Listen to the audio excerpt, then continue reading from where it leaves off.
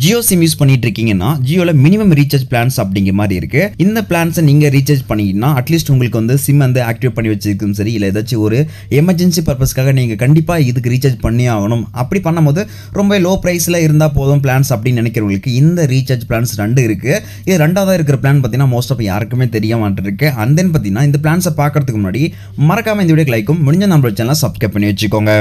ஜியோல minimum recharge plans ரொம்ப low price recharge plan அப்படின்னு பார்க்கும்போது ரெண்டு பிளான் இருக்கு. ஒன்று என்னன்னா 149. இந்த 149க்கு நீங்கள் ரீசார்ஜ் பண்ணீங்க அப்படின்னு பார்த்தீங்கன்னா உங்களுக்கு 1 GB டேட்டா பர் டேக்கு வந்து கொடுக்குறாங்க. அது கூடயே நமக்கு பார்த்தீங்கன்னா அன்லிமிட்டெட் வாய்ஸ் கால் கொடுக்குறாங்க. அண்ட் தென் பார்த்தீங்கன்னா ஜியோ ஆப்ஸ் எல்லாமே யூஸ் பண்ணிக்க முடியும். அண்ட் தென் எஸ்எம்எஸும் பார்த்தீங்கன்னா பர் டேக்கு 100 SMS நீங்கள் வந்து பண்ணிக்க முடியும். இதோட மொத்த வேலிட்டின்னு பார்த்தீங்கன்னா 20 நாட்கள் வரைக்கும் இருக்குது. அண்ட் தென் அடுத்த ஒரு பிளான் தான் மோஸ்ட்லி யாருக்கு தெரிய மாட்டிருக்கு. 155 155 நீங்கள் ரீசார்ஜ் பண்ணிங்கன்னா உங்களுக்கு மொத்த வேலிட்டி அப்படின்னு பார்க்கல 28 நாட்கள் இருக்குது. இது கூட நமக்கு அன்லிமிட்டெட் வாய்ஸ் கால் வந்து கொடுக்குறாங்க.